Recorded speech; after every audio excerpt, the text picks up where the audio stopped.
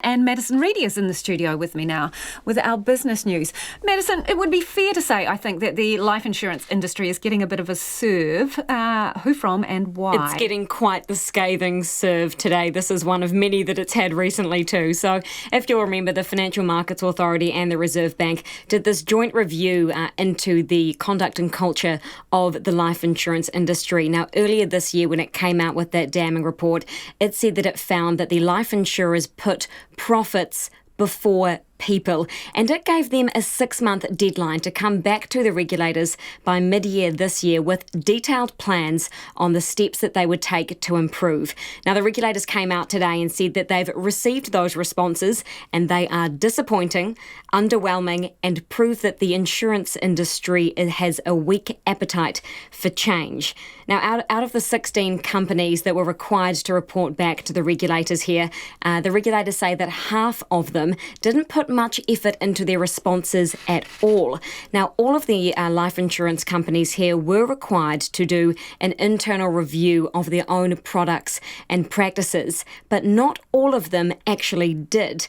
But of those who did, they found 75,000 issues that need fixing. Those are things like the overcharging of premiums, the underpaying of benefits, and wrongfully declining claims. And also the fact that some of these life insurers have not even removed sales incentives for full frontline staff, which both the regulators and the government said that they wanted to see. Now, I spoke with the Chief Executive of the Financial Markets Authority, Rob Everett, earlier today. Now, he thinks that there are plenty more of these issues that I've just outlined that are yet to be uncovered, given that a number of the life insurance companies in this country are yet to actually do a deep dive into their internal practices. And he is pretty much extremely frustrated from what I gathered, and frankly pretty fed up with this industry. And that's probably because he cannot actually force them to clean up their act. He doesn't have much in the way of legal powers. So when I spoke to him, I asked him what powers he would like. We want to be able to go and see where issues might develop, before they've happened. And in order to do that, you need a power to go in and look at practices and processes and the way incentives are structured and the way the governance works, the way complaints are handled. And if that's not good enough, then you need to be able to punish the firm. And that just does not exist. So that's what we're saying to the government. Let us get out ahead of the problems. Let us have the power to go in and look for this stuff and, if necessary, punish firms for not having it. And then hopefully what we aren't doing is picking up the pieces after the event. So at the moment, it would be fair to say that it's basically you're just asking them to play nicely, but you can't really do much more than that, can you?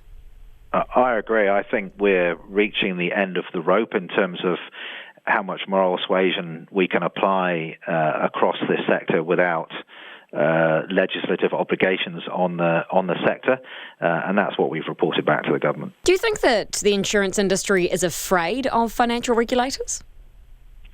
I don't think they're afraid enough, to be honest. I think we're not seeing enough sort of rigor and commitment to tell us that they've really understood the transformational change that all of financial services needs to get to in terms of how they treat their customers.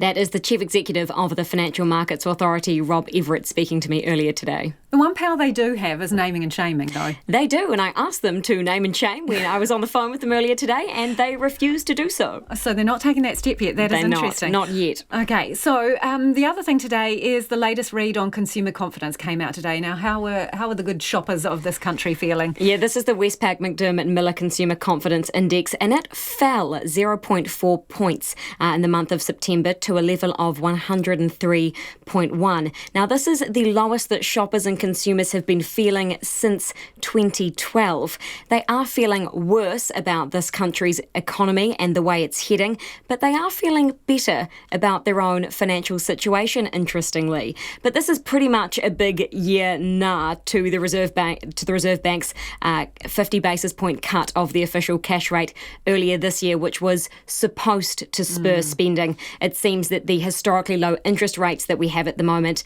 are just encouraging people to pay down down debt rather than spend up larger at the shops. Yeah, and hunker down. Hey, what else has been going on the markets today? Let's do a quick whirl. The NZX Top 50 index rose 1/3% tonight. That's a rise of 36 points to close at 10,868. The New Zealand dollar, that's buying at 63.3 US cents, 92.6 to the Australian and 51 British pence.